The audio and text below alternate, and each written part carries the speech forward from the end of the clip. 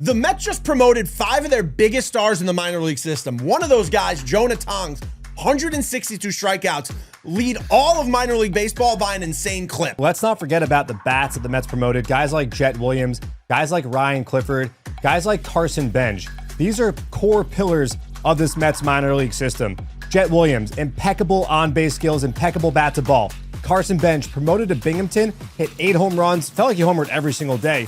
And Ryan Clifford, now just 22 years old, 24 home runs in Double-A. That is the 5th most in all of minor league baseball. The future Vito is looking incredibly bright for these New York Mets. And don't forget about AJ Ewing, who got bumped up to Double-A.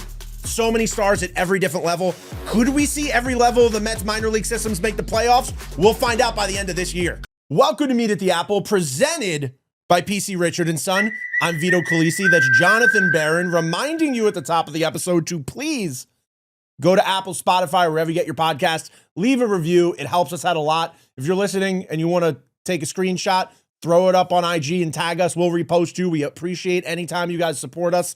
And John, we haven't talked in a little bit. Did something happen? If you only lived on Twitter, things are tough right now. Well, I, over the weekend, stopped watching every game after the 6th inning. So as far as I know, the Mets swept the Brewers in Milwaukee over the weekend. I mean, look, I am a believer in certain philosophies when it comes to sports. And I think this one applies to all the sports. A blown lead is the toughest loss to swallow because it's the what if, it's the we were so close factor, but then you obviously don't come away with anything in the end. That's the glass half full way to look at it. Glass half full podcast. Or glass half empty. It's the glass half empty. This is the glass half full way. Yeah. I like when a team is constantly taking leads into the crescendoing parts of a game, whether it's the 4th quarter in the NFL or the 4th quarter in the NBA or the 3rd period in the NHL or inning 7, 8, and 9 in a baseball game. And the Mets did that in Milwaukee. And right now we know the Brewers are a buzzsaw. The Brewers don't lose, and they've won now 9 straight. Devil magic. They're a really good team. And part of that, by the way, is thanks to David Stearns. You know, I see people saying, oh, he left and look what they're... No. He acquired many of those players during his long run as GM, and I think he was Pobo there. But David Stearns did a great job with that Brewers team. Matt Arnold learned a lot from David Stearns, I'm sure. But the Mets played the Brewers tough. When the Mets had their first run of the season, you go back to Tampa Bay, Atlanta, and then Philadelphia. The Mets were getting beat up in a lot of those games, especially Saturday, Sunday against Tampa Bay. They go to Atlanta. I think the first game they had a lead, they blew. And the second and third games weren't really close. And then that Friday night in Philly on Apple TV, there was an implosion late innings. The Mets weren't leading these games. They weren't going toe-to-toe and then little dumb things happening, right? You think about the play at the plate. Tip your cap. Blake Perkins made a great throw. I tweeted that. You guys saw that. He made a great throw. The hardest throw of his life, probably. Yeah, 96 miles an hour. 96.9, basically 97. And he averaged, you said what, 89 he was averaging? 89 was his previous high. Previous singular fastest event. That's crazy. That happens. You run on that. You assume you're going to be able to beat that. Of course. And Starling Marte, like I said, was moving. He's also one of the Mets' best base runners. Remember in spring training where he was standing on the base? He still wasn't doing baseball activities. He was doing the thumbs up or thumbs down. Oh, with Alvy, yeah. Yeah, because he was pretty much coaching guys, cutting the inside of the bag as they rounded third, because he's an expert at that. Sprint speed is a straight line measurement. Rounding or cutting the inside of a base is not being measured by a sprint speed. That's something that Starling Marte excels at. And so, I'm not even getting into that. Saturday, the stupid, Francisco Lindor makes an error. When do we see that? There's one other game this year. It was in Miami before the Mets came home. Senga's first start. No, Senga's first start. I think he had a tough defensive game. That was the comeback. That was the game Pete Alonso hit the home run. Was it that game? I thought it was the Senga start. Right. I think you're right, actually. But regardless, other than that, he hasn't had a bad defensive game all season. Really, since he got here. Weird thing happens, right? Then the pitch clock violation. What? What? And then Sunday, you're winning 5-0 and you let it slip away. But they were right there in all those games. My point is, they keep doing those things. They're going to start winning baseball games. And that's what keeps me grounded. And I think everyone else should try to remain grounded also. Or maybe put your phone away. Or maybe delete Twitter for a little bit. I don't know. Because I see some crazy things on the internet, man. Oh, dude, I appreciate the people who are having fun and like joking around and after a bad game and having fun. That's fine. I'm not saying you can't be frustrated. I'm not saying you can't tweet a joke, but the absolute misery and the crazy things people suggest online, it's a long season. And Anthony DiComo tweeted this yesterday. At this current moment, the Mets still have a 76% chance to make the playoffs. Yeah. At this moment, Yeah. things seem terrible. Things seem, in your head, things seem worse than they did even in last May. But the Mets at this point are in a much better spot than they were in last May. And you see the Reds playing the Phillies right now. You don't know who you're rooting for. You don't know who to root for. Well, Reds just lost yesterday, so that lead is coming back. And then guess what? We got a bunch of games with Philly where we can make that up. 7 games with the Phillies head-to-head. And right now, with the way that the Cubs are playing, the Cubs are struggling. The Dodgers have their issues. You know, everyone's got their issues. This is not a Mets problem only. The Cubs have been one of the most disappointing teams, and they didn't really do much at the trade deadline to bolster that roster. A team that out of the gate looked like it was going to run away with the NL Central. You remember what the Brewers did to start this season, by the way? Remember where the Brewers opened the season? Where? In the Bronx. Remember that series? Oh, I do. The torpedo bat. The explosion of the torpedo bat. I think Austin Wells, first batter for the Yankees of the season, hitting leadoff as a catcher, homer. Volpe was Babe Ruth for a week. Yeah, Nestor Cortez, the Saturday game, the Yankees hit like 8-9 home runs. They scored, I think, 34 runs over the 3 games. It's crazy how a baseball season has ebbs and flows, and it's just like, it's like a tale of 9 stories. Also, the Brewers also lost 7 games in a row this year. Yeah. I want to shout out Mike Vaccaro. I don't know if you saw this tweet. I didn't. But and I'm not saying that these are the same teams. They're not. But he pointed out that the St. Louis Cardinals in 2006 had multiple losing streaks of 7 games. Now, they won 83 games. They were able to win the Central that year. Today, 83 games, probably even with the expanded playoffs, doesn't get you in. And I know that team had Albert Pujols and a bunch of other great players, that David Eckstein, and many other really good players on that Cardinals team.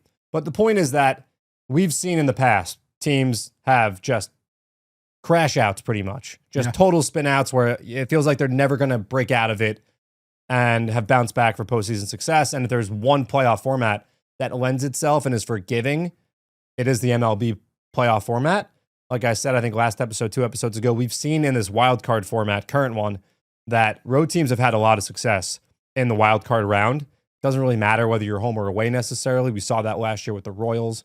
We saw that last year with the Tigers. We saw that last year with the Mets. Yes, you'd like to be at home, but it is what it is. But the point is that the Mets are not the only team going through some pains right now at this time. And there are a lot of things that they're doing right that if they continue to do them right, just get in the dance. Like this team has Juan Soto. And you watched Juan Soto in the playoffs last year as a Yankee, right? What was your takeaway? Because we just saw Hunter Gaddis pitching for the Guardians here. He was the one that Soto hit the home run against in Game 5 of the ALCS, and it brought me back to that moment. When you watch Soto in the playoffs, what were you thinking every time that guy came to the plate? 1, I was thinking I can't wait till he's here next year. And 2, every time he went up, I was mad because I knew the Yankees were right back in it. I remember counting, because I was rooting hard against the Yankees in each game, really, each round, counting how many batters away he was because you didn't want to face him with runners on. What are you, the Fox Sports sticker at the bottom of the screen? Pretty much, yeah. But like, you're always thinking about how far away are we from him? Or if we can get the next X amount of guys out, do we not have to face him again? He's a different player in the postseason. He is a difference maker in the postseason. And here's another thing I'm going to say about Juan Soto. I was thinking about this. Remember last year when Pete Alonso was struggling a lot? Yeah. In late season and into the postseason. And what do we keep saying here? I mean, at the Apple, Pete was what? Pete was due for a breakout. Pete hits home runs in clusters. Was one swing away. Yeah. It was one swing. Then he homered in Philly, and then he homered in Game 3 of the LDS, and then he hit a big home run against Jack Flaherty. Juan Soto has hit a lot of solo home runs this year, right? He hasn't hit a 3-run home run yet. That's coming. It's coming. He almost hit one against the Reds on David Wright Day. Yeah. 2 inches away, by the way, from tying that game up. The heartbreaking shot of David Wright getting excited, and then, but it's coming. And you're right. He's a postseason guy. It's also insane to just see what Juan Soto's doing this year in a year where people are trying to say it's a down year for Juan Soto. 35 home runs at least. He's what at the moment of this recording, I saw Master Flip tweet this and I didn't even realize this. He's 1 stolen base away from outperforming his last 2 years combined. Oh, I mean, David Stern said it in that seat. He has an outside shot at 30-30. 100%. Especially with the way this team steals bases, because stolen bases is also, it's not like home runs where you can go like 2 weeks or 3 weeks without, like, stolen bases are just all based on opportunity. You have a lot more chances to steal a base than you have to hit a home run. So yes. And with Antoine Richardson coaching these guys, like doing, you want to talk about devil magic with the Brewers. The devil magic Antoine Richardson has been doing with these guys in the stolen base game is ridiculous. Yeah, and we saw in the first inning on Sunday where the Mets were reeling and they needed a victory. They came out the gate running, and they kind of, they didn't really have a whole lot of base runners later in the game. And that's credit to Milwaukee's bullpen, by the way. Yeah. Like, once you get to Uribe and Jared Koenig and Trevor McGill, like, you're in trouble. And they put a threat against Trevor McGill on both nights. They did. Marte doubled and McNeil put a ball in play and singled, and we talked about the play at the plate. But I would like to see the Mets continue to be aggressive and push the issue on the bases. You have a Braves team coming in here that obviously has just had a totally lost season. But we saw the Braves play the Mets really tough back in June when the Mets went down there, and then the Braves came up here and they split a 4-game series. The Mets won the last 2, so it felt better and things were turning in the right direction. Then the Mets took 2 or 3 from the Brewers shortly thereafter. But I'd love to see the Mets continue to be aggressive on the base paths. And that goes with, sending guys and, making teams make plays. But that 90 feet can make a big difference. And when you get to the playoffs, we know how much every 90 feet matters. So, a Mets team that is relatively patient, that steals a lot of bases, that is aggressive on the bases, that team, we know that they have power. That's a team that could be dangerous in the postseason and has a lights out bullpen as well. You know what's funny about that American Trust Field, or what is it now? American Family Field. American Family Field it is a regular season devil house for this Mets team. The Mets have not been able to beat the Brewers in the regular season for like 10 years. Except 2022 when they happened to clinch there. Yeah. Other than that, it's been a nightmare zone. I remember 2023, we were in Milwaukee the first week of the year. Oh, yeah. And I remember coming into this office every day after watching the game like live the night before. I remember coming into the office every day, and in our offices, the games are obviously playing everywhere in the replay in the morning, and the Brewers do the light show after a home run. I remember every day I'd be sitting at my desk trying to edit, and all that would be happening in the office I was in is the lights would just start flashing ferociously off the TV. Yeah, back-to-back home runs against Max Scherzer. Yeah, it was not a good place, and until the Pete home run in Milwaukee, it felt like it was going to stay that way. But I want to bring up a tweet that I saw. Okay. At Dawn Starwold tweeted something that I want to ask you, because I feel like this is the kind of vibes we need right now. She tweeted at Darren from the 7 line. She said, "I'm saving the season, Darren. Never put out my Mets garden flag. Doing that first thing in the morning." So I ask you, John, Dawn is doing something to change the vibes, change the energy, the butterfly effect. What are you going to do? Well, I have a couple questions. Number 1, when did Dawn get this flag? Number 2, why didn't it go out? And number 3, what reminded Dawn, or why did it dawn on her? Ooh. Yeah. Why did Dawn suddenly... The pause was great. Why did Dawn suddenly decide to put the flag out? But we're not going to get those answers right now. I want to say I love it. Yeah. I love that Dawn is trying to do her part to make a difference, to make a change here. And I'm all about it. And, I think that maybe our new hats, shout out Siegelman Stable. Oh, dude, you got to get to the ballpark this week and get these hats, because if you don't get here like today, they're going to be gonzo. They'll probably be gone. You better get here during this Brave series and run to the team store, because they're going to be sold out. Juan they sold Gonzalez. out last year, like in a week, I think. It was Juan crazy. Gonzalez. But no, I do think that it's fun, right? This is the community. We talk about this. That's why it's fun to be a part of, rooting for a team, especially this team. And, all the scars we have that build our character and make us who we are as Mets fans. Let's all do our part, right? I got something. Maybe you want to have an odd amount of hot dogs tonight, because when you have an odd amount of hot dogs, the Mets win. Maybe it's 3 or 5 or 7. So I'm flipping something that used to be bad luck for me. Mm. So I used to think if I didn't drink an iced coffee every morning, the Mets would lose. And then at one point during the playoffs, my wife brought me a hot coffee, and I was like, oh no, this is it. This is bad. I remember this. I texted you, and you were like, I hope you didn't say anything. And I was like, unfortunately, I did. But remember when you shaved? That was a complete accident. That sucked. I was actually furious I shaved. No, I thought I egged you onto that one. No, and I said I refused to, but then I went home, and we got home at like 3 a.m. that night from a recording, and I went to trim my beard because it was just getting too much. And the trimmer went down to 0, and I had the straight line, and I just had to... Should have left it. Remember when we the ate straight Dodger line. pizza? Dodger pizza with Hunter. Dodger pizza. If you know, you know. Dodger pizza was a highlight of my year last year. But I drank a hot coffee yesterday, Okay. and I'm gonna have another hot coffee today. It is warm today. So that is my attempt to like just change the routine. So I ask you guys, and John, you'll tell me what you're gonna do. I ask you guys, leave in the comments below, tweet at us, whatever. What are you gonna do to change the vibes right now? Hopefully, make that butterfly effect flip flap in the right direction. Is it my turn now to say what I'm going to do? So what did you Because say? I haven't. Well, So we're trying to get back to like early June vibes.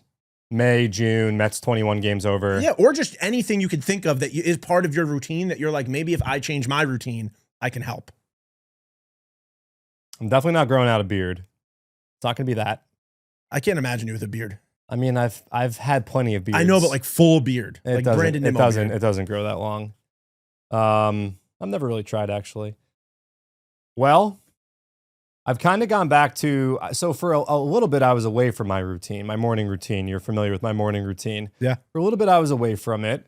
Just been very busy here and there, and you know, sleeping has been complicated and the mornings have been busy. But the last 2 days, honestly, yesterday and today, I really got back to it. Okay. And, you know, it was the kind of routine that I had been doing every day for like, I don't know, the last 8 years, but especially in April and May and June. So maybe that's it for me. Maybe that's it.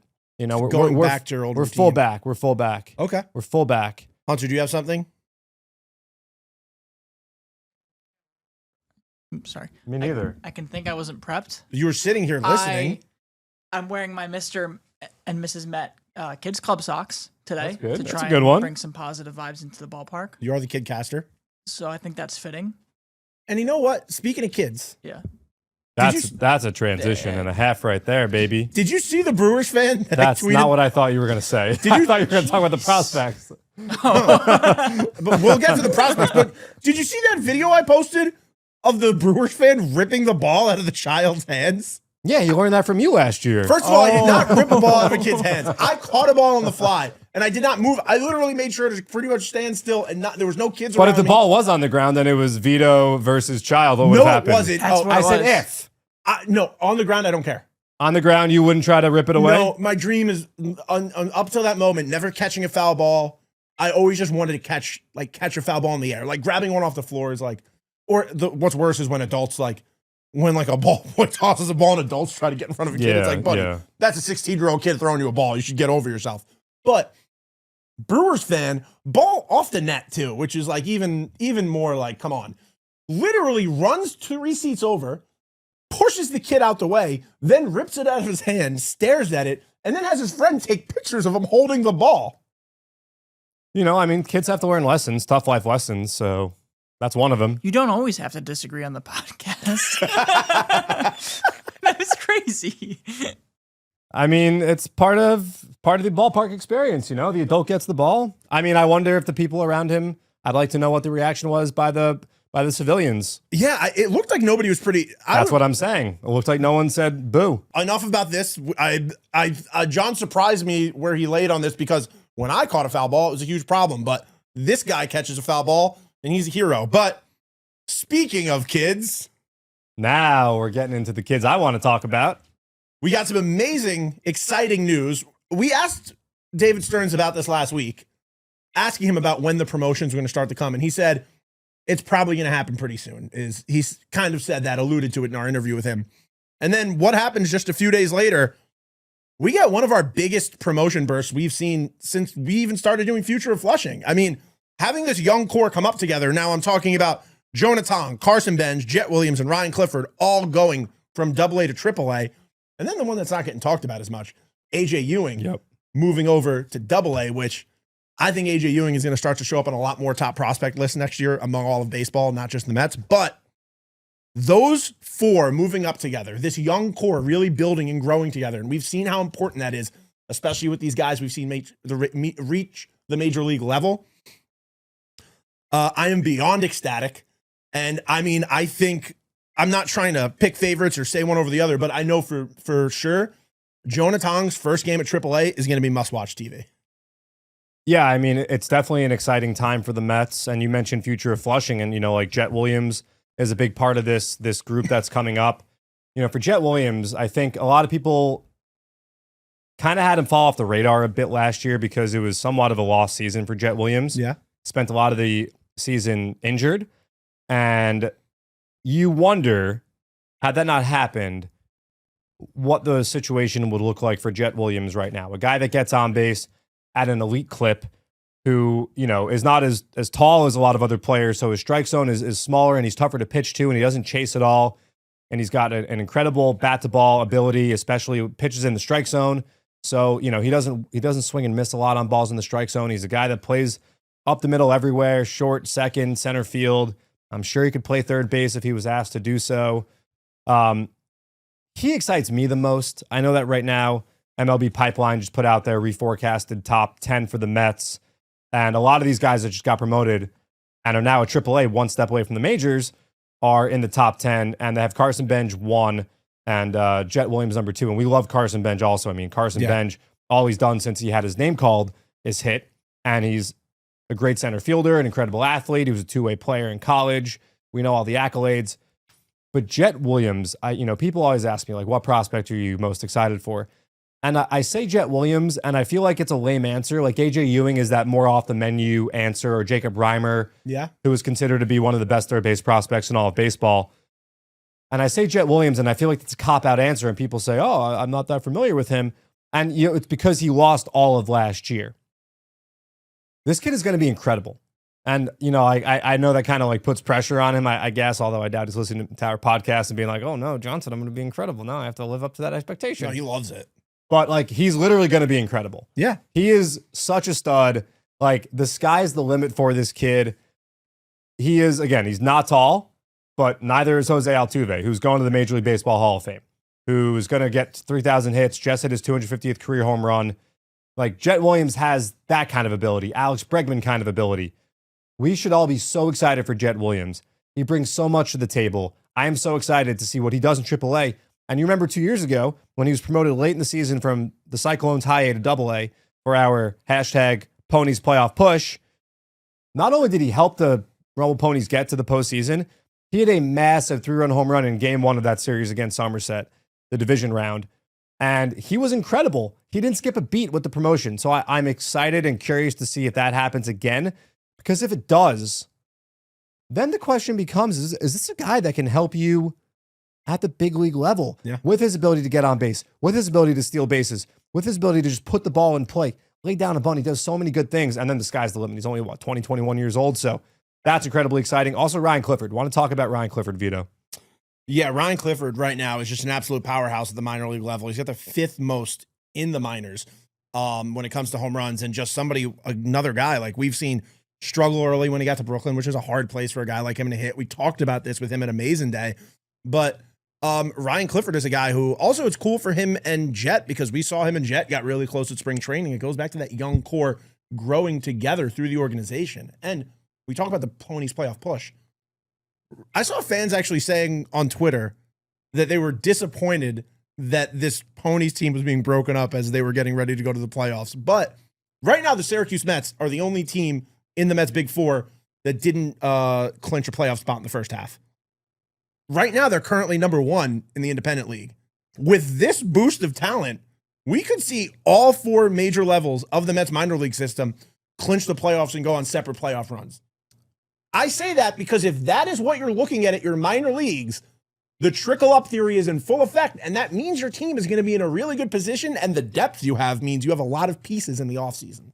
I mean, we did the episode after the year ended last year, and the title was, Are the Mets on the Verge of Becoming a Dynasty? And that was before Juan Soto was acquired. That was before a bunch of other things happened in the offseason. But the premise of what we were talking about goes back to just that. This entire minor league system continues to win, continues to bring in great players when it comes to amateur scouting, Chris Gross and his team, when it comes to international scouting, when it comes to player development, Andy Green, Andrew Christie. This is becoming a well-oiled machine. I think that there's a chance we see some talent in Syracuse helping the New York Mets at some point here before this season is over. And this system is just flush with talent. And that's what Steve Cohen talked about on day 1. his introductory press conference he had in November of 2020, the sustainability of winning, it does come from player acquisitions in the right situation. The right situation being a guy like Juan Soto, 26 years old. And also it comes from developing young, controllable talent. You just saw what the Red Sox did with Roman Anthony. Yeah. They locked him up for, I think, 8 years. Put a ring on it. We could see the Mets making decisions like that pretty soon with some of the guys that they deem to be big, important parts of their future. And the guys we're talking about right now that just got promoted and are one step away from helping the New York Mets win baseball games. That's a very exciting thing to think about when you have that cohesion of the big league talent and also the guys coming up together, which makes a difference as well. You know, you talk about Fonzie and Ray Ordonez and that crop of Mets. Those guys also rose through the ranks together. Those are some of the best Mets days we've ever seen in this franchise's history. So you talk about that Syracuse Mets team that is about to debut today. I want to run through that 1 through 4 lineup we have right now because Jett Williams into Carson Benge, into Luis Angel Acuna, and then Ryan Clifford is there to clean up all the pieces and bring them all home. That is a dream lineup. That's a lineup that, I mean, call me crazy, but that's the kind of lineup you can easily see on a major league lineup pretty soon. yeah, I mean, that's the dream. And, you know, you talk about Clifford, you said 24 home runs, 5th most in minor league baseball, ranked 2nd among guys 22 or younger. So he's an absolute wrecking bat in the middle of any lineup. And yeah, I mean, that's going to be a very, very exciting game to watch. And, you know, you talk about Carson Benge, all the guy has done since he debuted is hit. We saw him hit immediately last year when he made his pro debut. This year starts the year in Brooklyn, did incredibly well, showed a very, very strong sense of the strike zone. Didn't strike out a lot, more walks than strikeouts. Gets promoted to Binghamton and went off with the power. 8 home runs. He hit 4 in Brooklyn. 8 home runs for Binghamton for a 2 or 3 week span. Felt like he was homering every single day. An incredibly sweet swing that's very unique. You know, we were watching the Brewers. Bryce Terang's swing reminds me of Carson Benge or vice versa. But very similar swing path. Can go down and golf that low pitch, but can also get the barrel through the top of the strike zone pretty quickly. Quick hands. Great athlete, like I said. Center fielder. Like, this could be the center fielder of the future for the New York Mets. And if it's not him, Jett Williams has been playing center. Luis Angel Acuna has been taking reps at center. So I said it 2 or 3 times. I'll say it one more time here. This is an incredibly exciting time to be a New York Mets fan, but it's not ending there because the Mets just had another great draft. Picks 1 through 19 this year, picks 1 through 20 last year. We saw them use some of the draft capital from 24 in trades. We've seen some guys already ascend.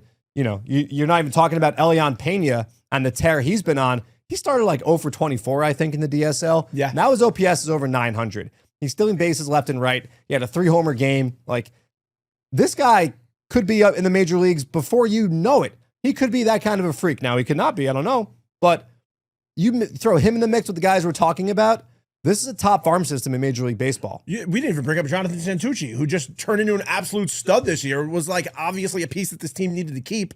So it's just the system is so bright with talent, and it really doesn't end at AAA. It really just begins at AAA. Yeah. And the 4th guy that got promoted that deserves all the credit in the world is Jonah Tong, who has a 1.59 ERA across 20 starts. But the most exciting thing, 162 strikeouts are by far the most in minor league baseball. There's only 2 other guys in all of minor league baseball who even have over 120. Jonah Tong is a guy, we've seen his velo get up higher than ever this year, in his last start even especially. And it's somebody who, when we talked to him for the first time in 2023, we talked to him right as he got promoted to the Complex League over to the PSL Mets. Mm-hmm. And John, on record, I really don't think there was anybody talking about Jonah Tong before John Barron. John Barron on Future of Flushing every night. Actually, he wasn't saying this on Future Flushing because this was a naughty word. But every night when me and John were texting our notes, John would say, "I blank with Jonah Tong." Every night Jonah Tong had to start. What was the blank? I'm not going to. Could you imagine? It doesn't sound like me. Does it sound like me, Hunter? But I'm giving John all the credit in the world. This guy's been on the Jonah Tong train before anybody put me on it. I was number 2 on the train carriage once he started saying this. And, you know, we've seen this kid rise through the system. It's been awesome. John's a conductor on the Jonah Tong train. Choo-choo.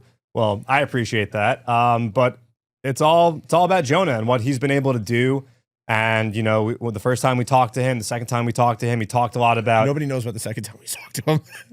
The first time we talked to him, he talked about Tim Lincecum and how that was his guy. And No, that was the second time. the second time we talked to him, he talked about Tim Lincecum. And We how were the that, first people he spoke to about like watching Tim Lincecum's tapes, having his dad teach him how to do it. Unfortunately, our beloved intern Ty lost all the audio, so you people never heard it. He even showed us photos from his photography hobby. It was a great interview. It was honestly, it was probably the best interview we've ever done. Great afternoon at Maimonides Park out there in Coney Island, but whatever. But, he has just done an incredible job taking the resources, using the resources made available to him in the Mets system, and becoming the best version of himself. We saw him pitch in the breakout game this spring, dominated. And I think for a lot of people, one of the most exciting things about Jonah Tong being promoted to AAA isn't just the fact that Jonah Tong is now one step away from becoming a big leaguer, but it's also the fact that we're going to get pitch data through StatCast because AAA stadiums have it. AA stadiums, I don't understand why they don't have it, but they don't have it in AA stadiums for the most part.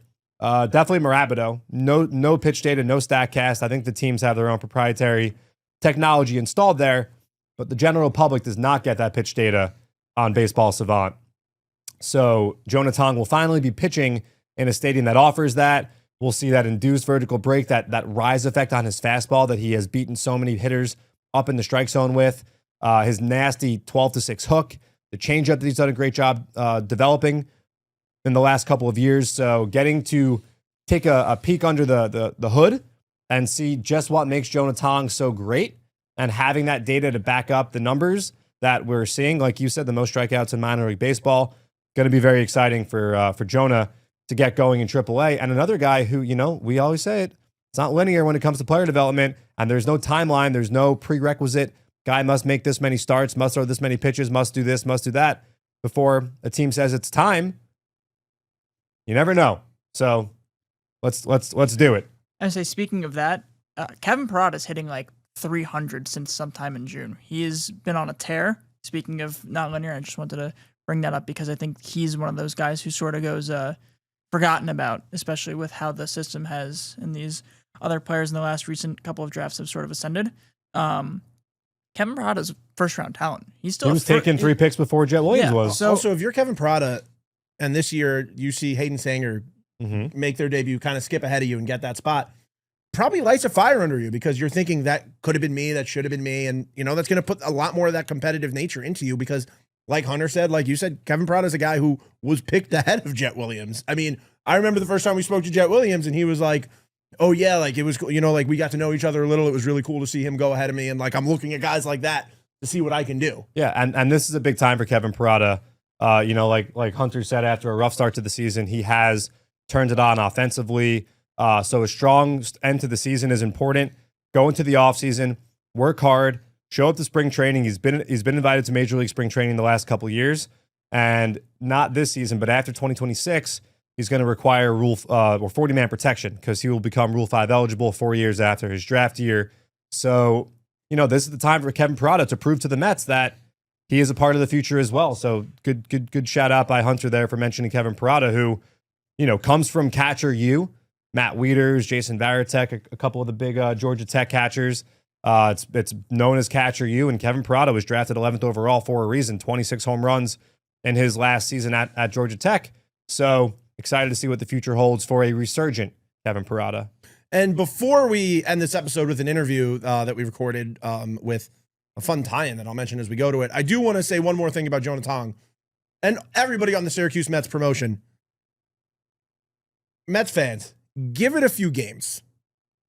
That jump from AA to AAA is the hardest in the minor league system, which sounds obvious, but it's not as obvious as you think. There's so many different things. You're going into now dealing with the ABS system for the first time. You're dealing with a different ball.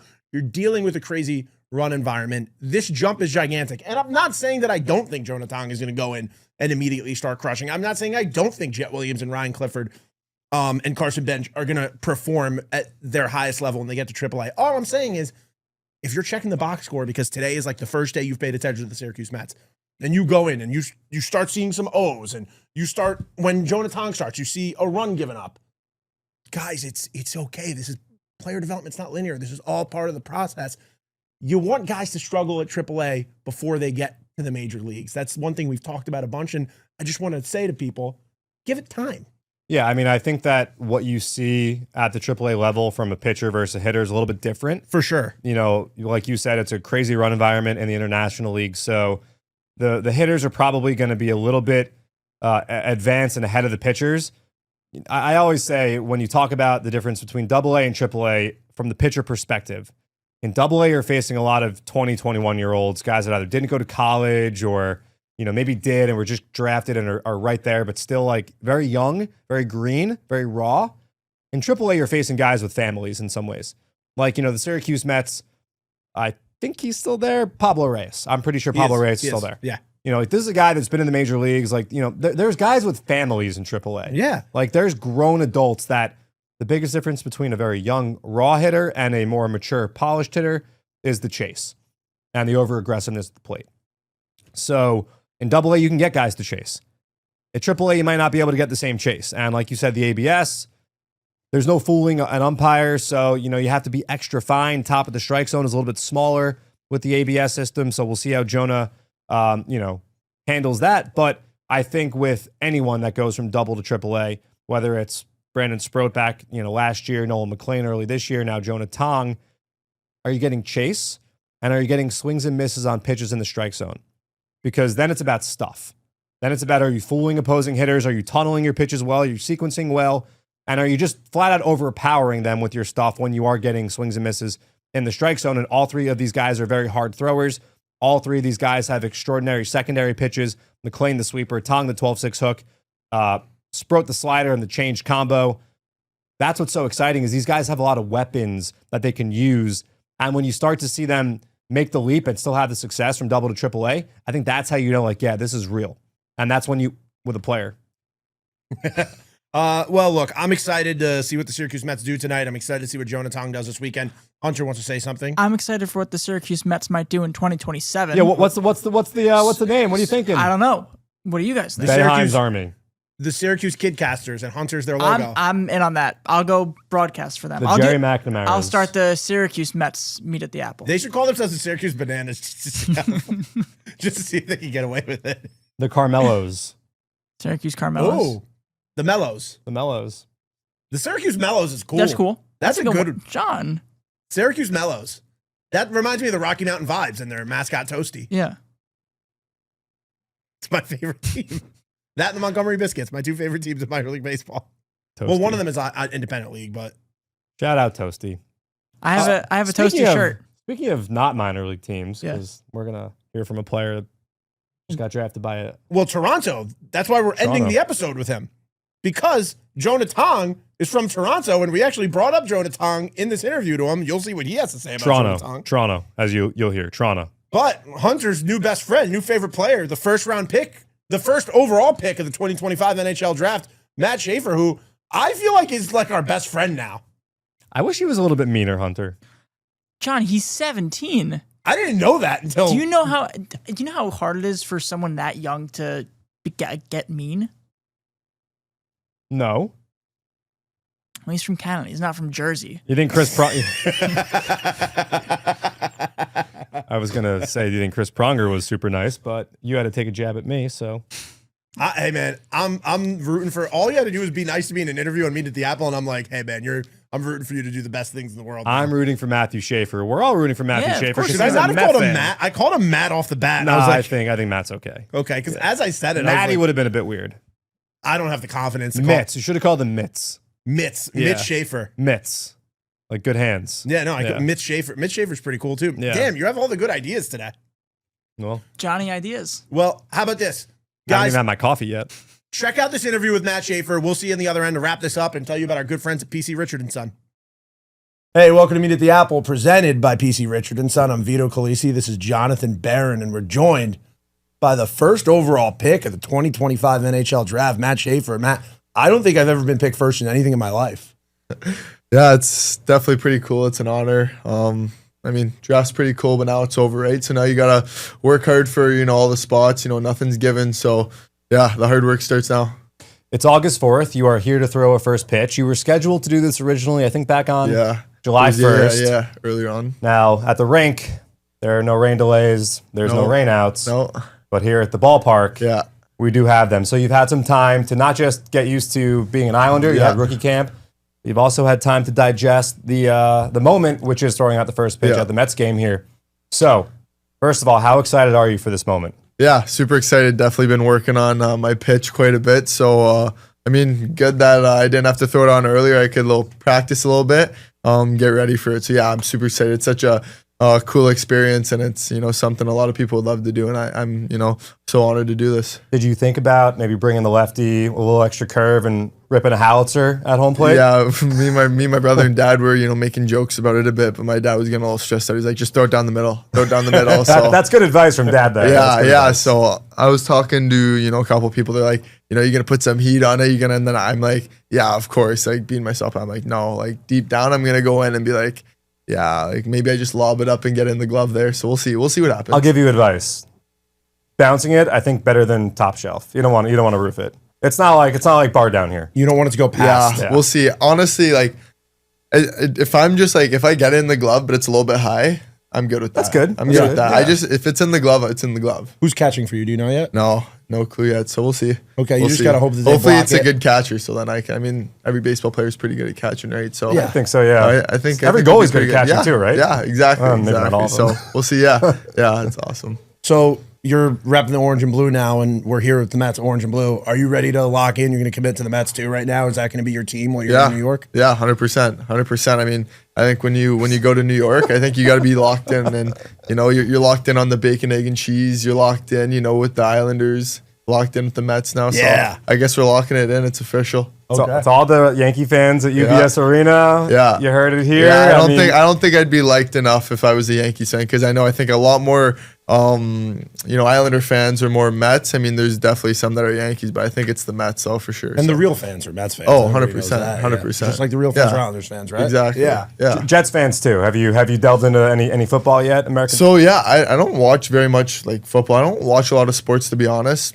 I mean, just being from Toronto, my dad was always a Toronto fan, but I mean, I'd watch it on a bit. But I love playing sports a lot more than watching. So I mean, I guess I'm gonna have to watch a lot more, Jets games, Mets games. So yeah. Yeah, it's a good mix. It's a good mix, Yeah. like we said. It's kind of that fan base is all together. And it's cool. You're a young guy from Toronto, actually a prospect for the Mets who could come up at some point in the next year or so. Yeah. Jonah Tong, also from Toronto. Could be cool to see two Toronto boys. Toronto. Yeah. T-Dot. Yeah, T-Dot, the six. The six. Yeah. Any other nicknames? No, I think the 6 is a big one. The T, the big T, Toronto. No, I think the 6 is the main one though. So what's the experience been like? Obviously, you get drafted first overall. The Islanders have a big party. The fan base is ecstatic. Then it's work time, right? You have prospect camp. What have you been doing since prospect camp to get ready for your first training camp? Yeah, obviously training a lot with NHL guys, being in, the environment in a day-to-day basis, what their schedule's like.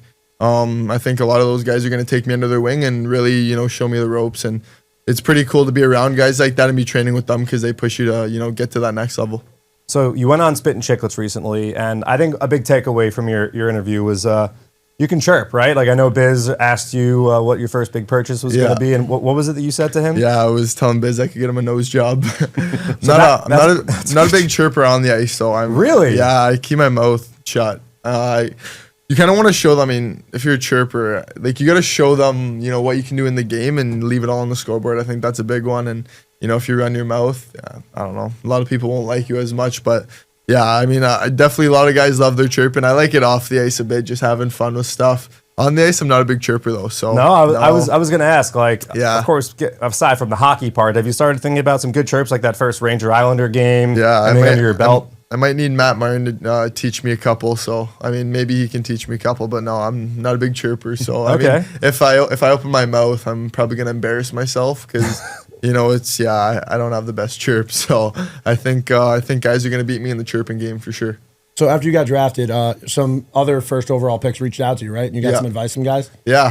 I mean, a lot of players reached out. Obviously, Connor McDavid being one. Obviously, a fellow Erie Otter, and then You know, I got the Felinos reaching out to me. A lot of, you know, my Islander teammates, obviously Barzell, Anders Lee, Bo Horvat. So all great guys, and it's pretty cool when guys reach out like that to you just after the draft and talk to them. It's pretty cool, and they're amazing guys.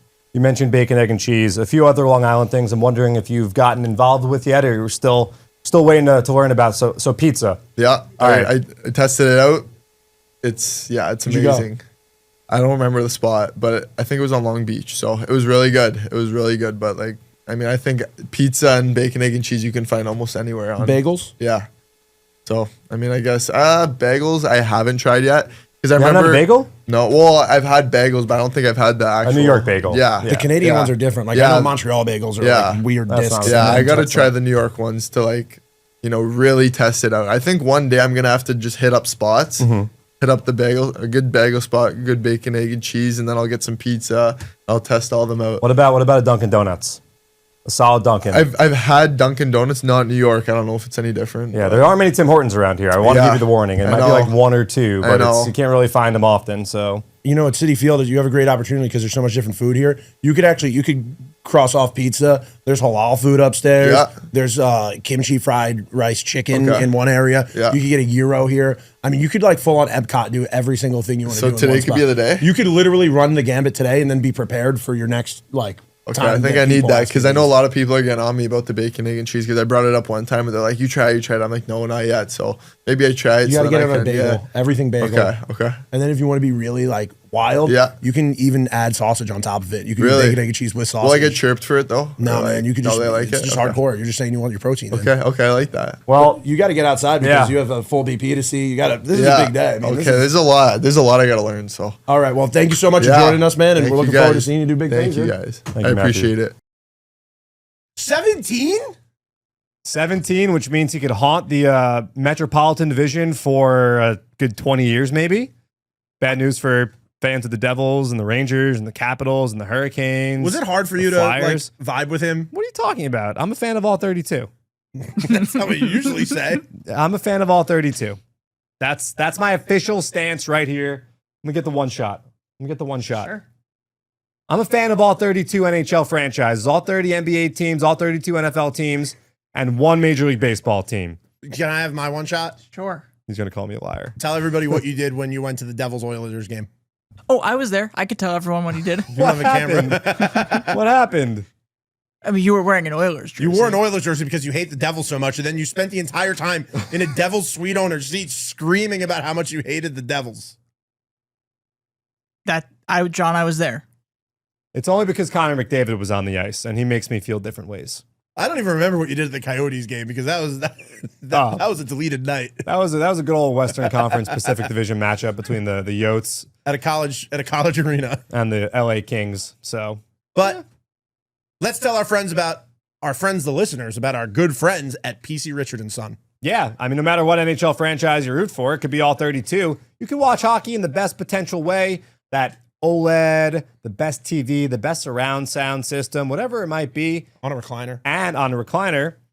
And if you go to PC Richard & Son, they will take care of you. They will make those dreams a reality. They've got the best, friendliest, most knowledgeable sales staff, and the best prices guaranteed. So whether it is a recliner, a television, a surround sound system, maybe a microphone, maybe a, video game system. You want to play NHL 26, maybe college football 26 just came out. College football season right around the corner. No matter what it is, that and so many other more products, PC Richard & Son, they got you covered, and they have all the experience in the world, unlike Matthew Schaefer, because they have been doing it since 1909, the longest in the game. Maybe one day Matthew Schaefer will have a resume like that, but not many do have a resume like PC Richard & Son, so make sure you get out there at PC Richard & Son, and they'll take care of you for all the needs that you have. Vito, Hunter, Mets, Braves.